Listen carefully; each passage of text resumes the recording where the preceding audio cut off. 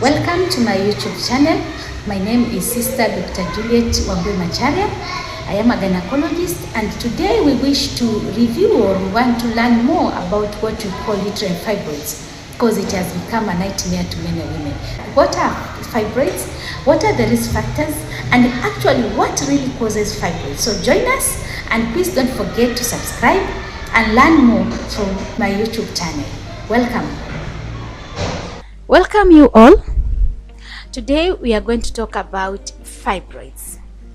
In other terms, we call them myomas. In Swahili wanasema ni uvimbe katika kizazi ambayo hazina chembe za saratani ndani yake. Kiingereza wanasema they are benign, they are not cancerous. And because they are not cancerous, majority of women, and especially women in their reproductive age, less than 45 and below, women between, let's talk of 25 and above. Currently, we are seeing women even with 23 years with fibroids. And we are asking ourselves, really? Fibroids at 23? Then when did it start? That means maybe it started when this lady is at 20 or even 19. What are these fibroids? It's become a nightmare to majority of women because they do not understand what actually they are suffering from. Or even if they understand, some they believe that if you have them, you should not undergo surgery or they should not be removed whatsoever, because once you remove them, you are not able to conceive. So majority of women tend to remain with the fibroids, and especially women who are suffering from infertility. They believe that once they remove them, then they are not able to conceive. So they continue having these fibroids for years and years. And when now they have stayed maybe for 5, 6, 10 years in marriage with no child, they come to you. You examine them, you find that this woman has myomas, which responds to maybe a gestation age of about 20 or 24. That means huyu mama ana uvimbe ndani ya kizazi, lakini ni kama mama mjamzito miezi 5 ama miezi 6. Even we have many women ambao unakuta kwamba wanabeba uvimbe ule ambao unaweza kufika hata kilo 5, hata kilo 3, kilo 5. Yeah, you see, so it's a big issue currently as we are talking. Globally, majority of women suffer from this condition. So fibroids, as we have said, is a benign. It's not cancerous. It is really bringing problems to women. So when we look at this photo, you are able to see these whitish kind of tumors. We have in this photo, we have like 6 of them. Yeah. You can see we have the one, this is the uterus, and this uterus we have cut it in between. So up there you are at the fundus, you are able to see there's a fibroid. Then you can see one hanging inside, and then we have 4, 2 on the right, 2 on the left, bilaterally within the muscles. So when you have these fibroids, you have to understand, and even the medical practitioner, whoever is attending this patient, being a clinician, being a medical officer, being a gynecologist, you need to understand. When this woman tells you that I was told, or I have an ultrasound, a pelvic ultrasound, which has shown that I have fibroids, it's good to educate this patient. If you don't educate her well, she might not understand. So fibroids, they are so funny because we have women with very huge fibroids, very huge. They can weigh around 1 kg to 2 kg, but these women were able to conceive. But again, we have women with multiple small, very small fibroids, but they are not able to conceive. Now the question is, why are the one having this able to conceive and these ones are not able to conceive? That is one. But again, we have women with fibroids, but they are not symptomatic. That means they do not have symptoms. When they go to to do a pelvic ultrasound, incidentally, they are told that they have fibroids, but they do not have symptoms that they have fibroids. Yet, we have a good number of women who have fibroids and they are symptomatic. So we have a good number who are asymptomatic, means that they don't have symptoms, but we have those who are symptomatic. So when we talk of symptomatic fibroids, we have to understand what are those symptoms. And these are the symptoms that will make a lady come to see a doctor. These symptoms will make her not to be comfortable. These symptoms will make her to continue asking the doctor, when are you going to remove this? Or, when am I going to get rid of these things? Can you just remove the uterus? Can you just remove them? And all. So, a woman who bleeds a lot during her menstrual cycle, she bleeds. The bleeding is associated with clots. The bleeding is sometimes associated with a lot of pain. She might, it's not 100% that she has fibroid, but she might be having these fibroids. A woman who, sometimes you have women who will tell you that I feel every time I have constipation, But when you examine, you do H. pylori, the woman is okay. The H. pylori is negative. You check any kind of infection, is negative. Have you examined her uterus? Because if she has these huge fibroids, and then they have the pressure effects on the colon or the intestine, she may present with the chronic constipation. So it's always good to examine your patient well, so that you are able to pick this.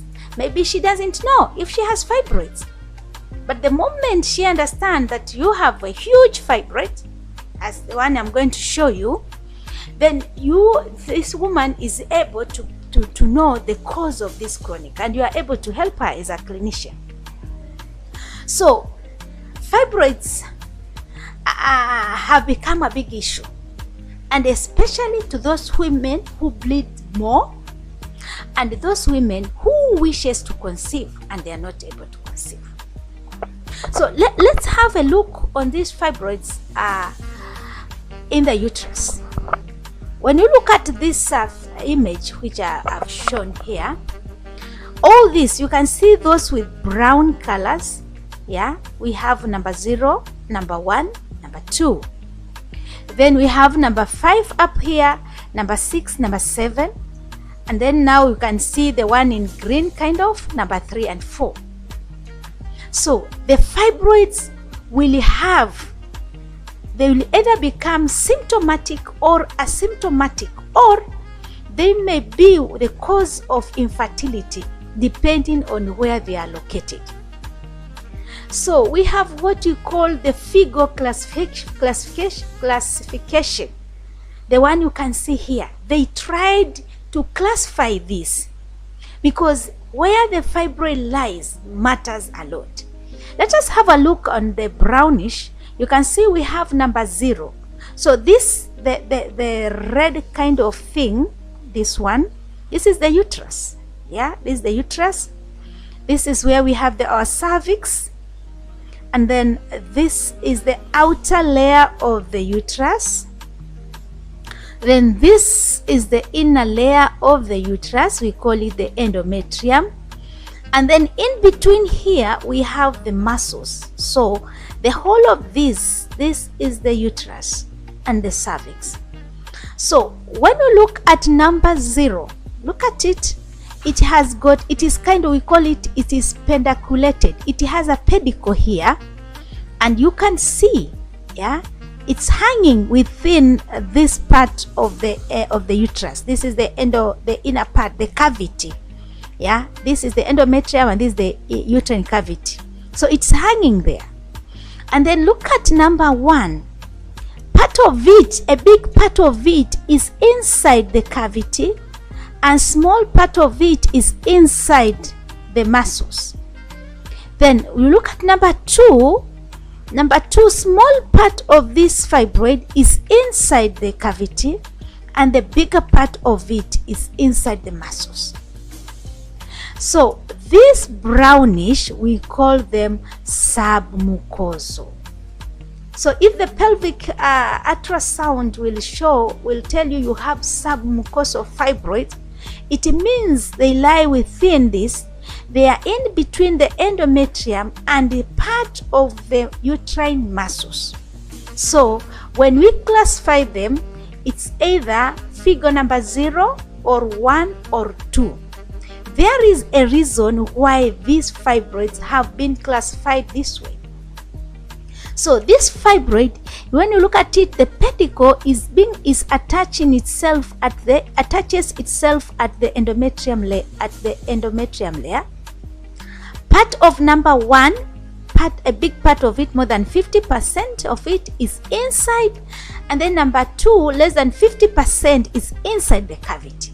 Those are what we call the submucosal fibroids, and these fibroids normally bleed. When you have these fibroids, they normally make you bleed and also have very painful menses because of them being just closer to the endometrium. You can see them here.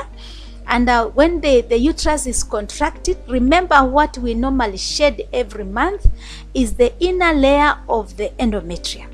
So if you have the fibroids, you tend to bleed and the pain is more compared to those who do not have the submucosal fibroids.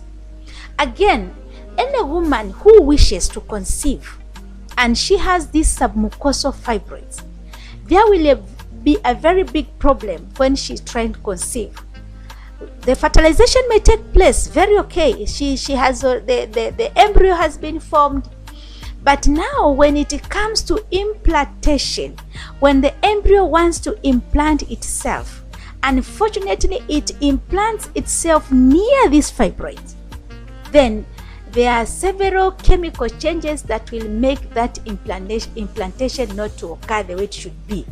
And we may end up getting some miscarriages, or we may end up getting what we call failure of implantation.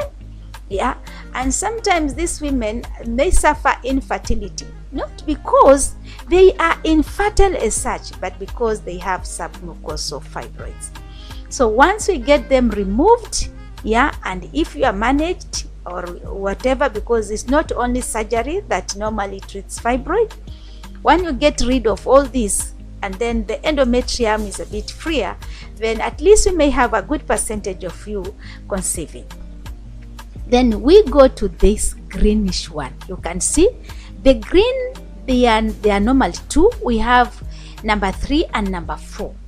So these are known as the intramural fibroids. Mural means the muscles. They are within the muscles of the uterus. You can see number 4, it's actually completely between the muscles of the uterus. And then we have the number 3, which big part of it is in the muscles, but we have small part of it attaching itself completely to the endometrium. So those women who suffer mostly from issues of infertility, we call them structural infertility, because there's a problem with the uterus. That's why they are not able to conceive. Majority of these women, they have number 2 and they also have number 3. So these 2 are very dangerous. So if the ultrasound tells me you have intramural figure number 3, or you have submucosal number 2, or sometimes number 1, yeah, as a gynecologist, I will ask myself now, how are we going to do this? Because I may help you conceive, the egg is fertilized, but the implantation fails. Or you may have miscarriage within the first trimester of your pregnancy. So we have the number 5 and number 6. Look at them, and also number 7. So the number 5, the blue ones, they are known as subserosal. So subserosal, it is because they are attaching themselves to the outer layer of the uterus. You can see the way they look like. So we have this number 5. More than 50% of it is inside the muscles, but we have part of it outside. So it's attaching itself to the outer layer of the fibroid. Then we have this number 6. A big number of it is less than 50% is intramural, you can see, but a big number of it is outside. So they are all subserous. But we also have number 7. Number 7, you find that it has a pedicle like number 0. So it has a pedicle, but the pedicle now attaches itself outside the uterus, the outer layer of the uterus. So even if a patient has got number 7, a very huge fibroid, which is type number 7, Figo classification number 7, this woman is able to carry pregnancy. Number 6, the same. Number 5, the same. Why? Because they are not interfering with the endometrium. So that's why women with fibroids, they may carry their pregnancy to term with no problem. They may experience some pain during their gestation period, but not much. They are able to reach term. But we have some who cannot reach even the first trimester, the first 12 weeks, because of where these fibroids are. Now, what is making these fibroids, what is making these women now to be different? In the endometrium, you really need to understand endometrium, apart being the very important layer in the uterus. All layers are important, but endometrium is very, very specific and very precious. That's why, as much as you are doing the myomectomy, you want to remove these fibroids. For example, I want to remove number 4. I have to come cut somehow, get the plane and then remove it and then close this part. But when it comes to these ones, the number 0, number 1, number 2, majority we do them through hysteroscopy. We remove just because cutting through this plane down up to the endometrium sometimes is not that safe. But if you don't have any means of getting hysteroscopy, then you have to undergo the open surgery.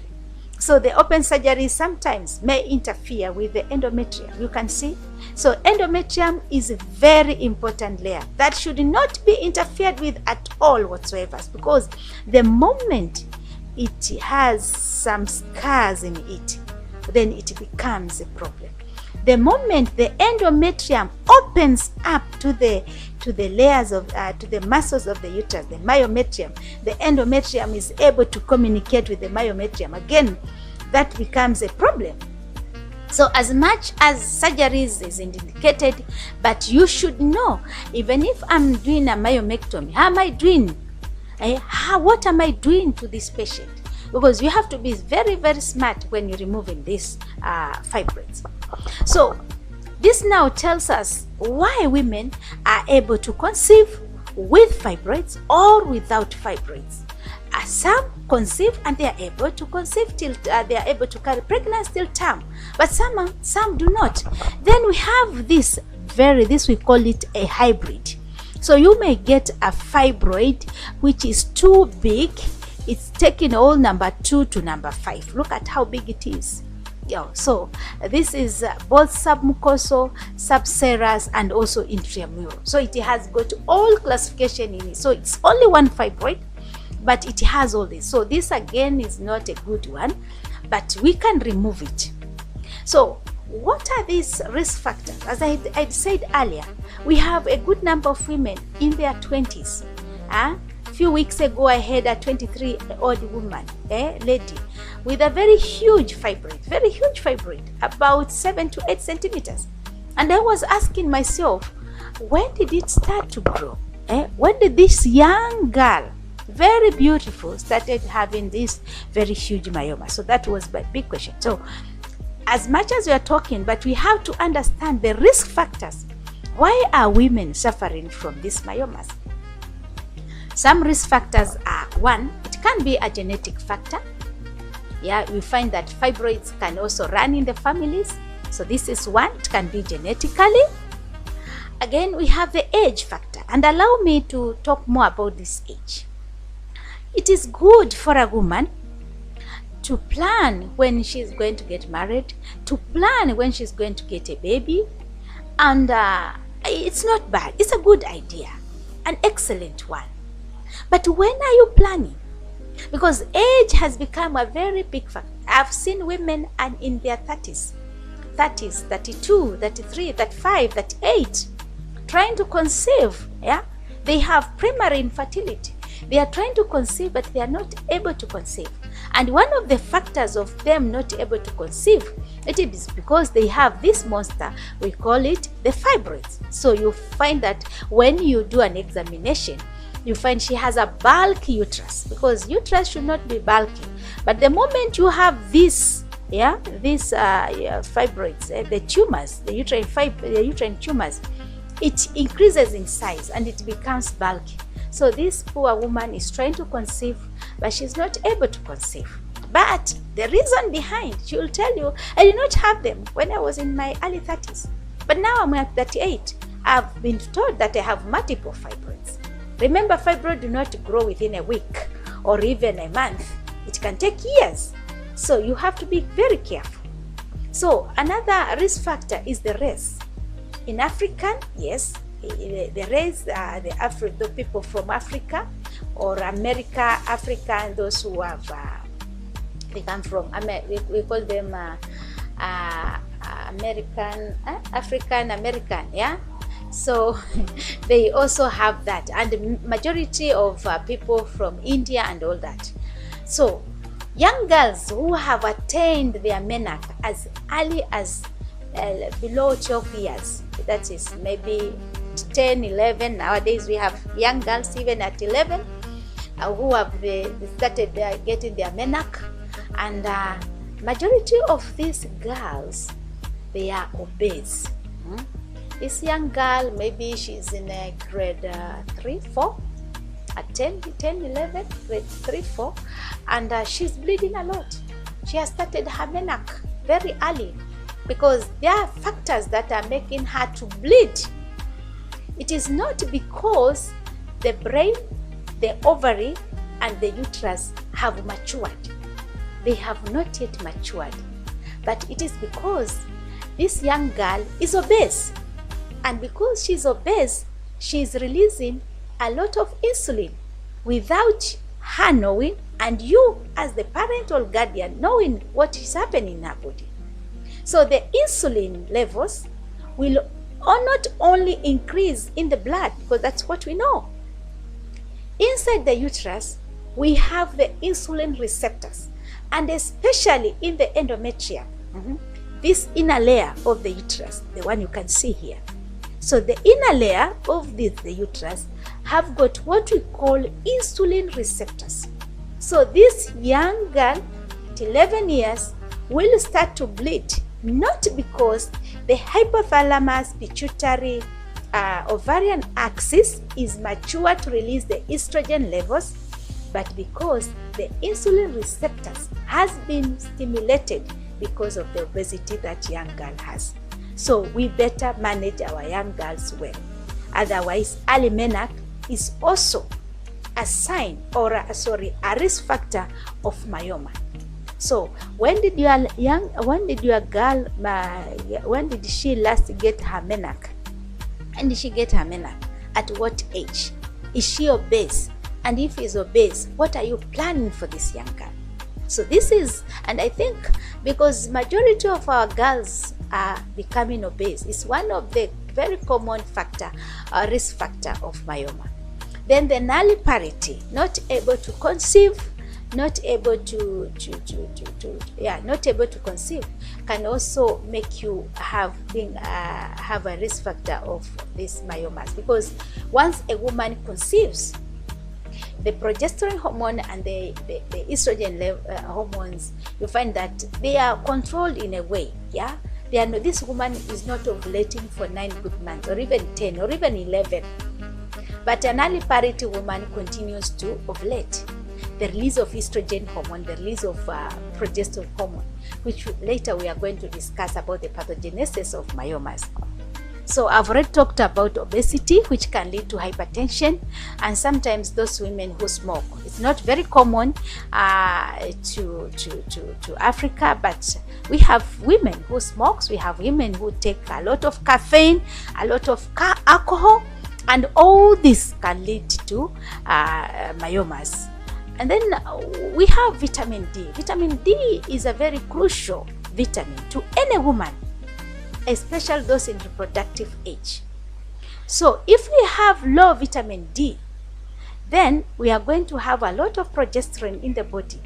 And as we are going to see from the pathogenesis, low vitamin D can lead to excessive growth of the myomas. So women who are not ovulating, or women who have got abnormal hormonal, their hormonal issues are not normal, their menstrual cycles is irregular, majority of these women normally tend to have low vitamin D. So if you have low vitamin D, it's a risk of myoma again. So we also have endocrine disruptors, and all this can be explained in the pathogenesis that we are going to talk about. What happens? What makes your myomas to grow? This is very, very important. What is making these things to grow in your body? Yeah, and what are they? So any myoma you see, it did not just come. It's actually, we call it in science, it's the proliferation, yeah, of these muscles of the uterus, the smooth muscles, yeah, around it, the collagen, and many more. So they form, you look at them, zinakaa kama viazi, yeah. They are normally whitish, even you can see, look at them, they are whitish.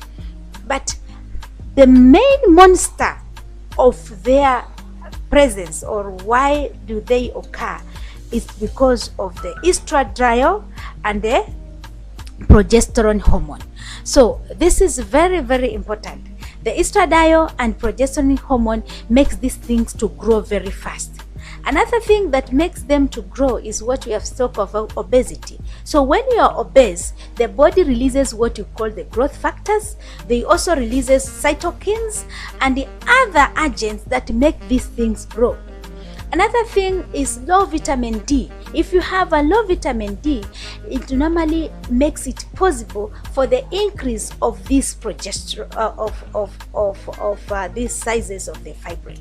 So if you have abnormal estrogen, the estrogen levels, if you have excess, especially when you're obese, you normally release a lot of estrogen. So if you have high levels of estrogen, they are going to stimulate progesterone hormone. So the progesterone hormone actually plays a very big role. It plays a very big role to this, it favors the proliferation, and also it inhibits what we call in science apoptosis. So it just increases the proliferation and not the apoptosis. The apoptosis means that the cells die. So if it was big, it starts now calcifying, becoming small. That's why when we have women in their menopausal period, women in 60s, and you find that they have their fibroids, we are not worried much, because we know that they are going to calcify. So I urge all of you, all women in the reproductive age, at least examine yourself, or go to a hospital, visit a clinician, and then ask for a pelvic ultrasound and know your status. And if you have them, please look for medical advice, so that we may know how we are going to help you, so that we may be able to treat the cause before it brings a lot of issues in your body, and especially women who want to conceive, and also women who are in their tender age. So thank you so much for joining me. Continue listening to our YouTube, Sister Dr. Juliet Macharia, and please don't forget to subscribe. Thank you, and God bless you all.